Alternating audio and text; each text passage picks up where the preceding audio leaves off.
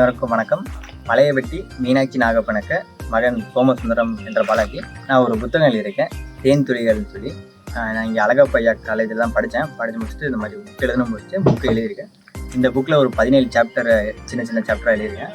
அது ரொம்ப அருமையாக இருக்கும். உங்களுக்கு வாய்ப்பு கிடைக்கும் போது கண்டிப்பாக படிங்க. எல்லாருக்கும் வணக்கம்.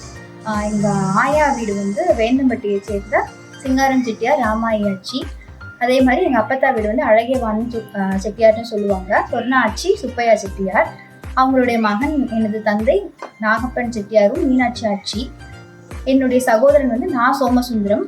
அவன் வந்து தேன் துளிகள்னு ஒரு புக்கு எழுதியிருக்காரு தம்பி.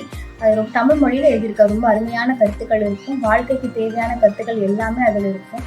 உங்களுக்கு நேரம் கிடைக்கும் போது அந்த புக்கை வாங்கி படித்து அதில் இருக்க நல்ல கருத்துக்களை படிச்சுக்கிட்டு ஏதாவது தவறு ஏதாவது இருந்துச்சுன்னா நீங்கள் அந்த கருத்துக்களை பதிவு பண்ணுங்கள். அதே மாதிரி நம்ம சமூகம் வந்து தமிழை வளர்க்குற சமூகம். அது மாதிரி தமிழ் எப்போவுமே எங்கேயுமே தமிழ் நல்லா வாழணும், வளரணும். வாழ்க தமிழ், வளர்க தமிழ். நன்றி, வணக்கம்.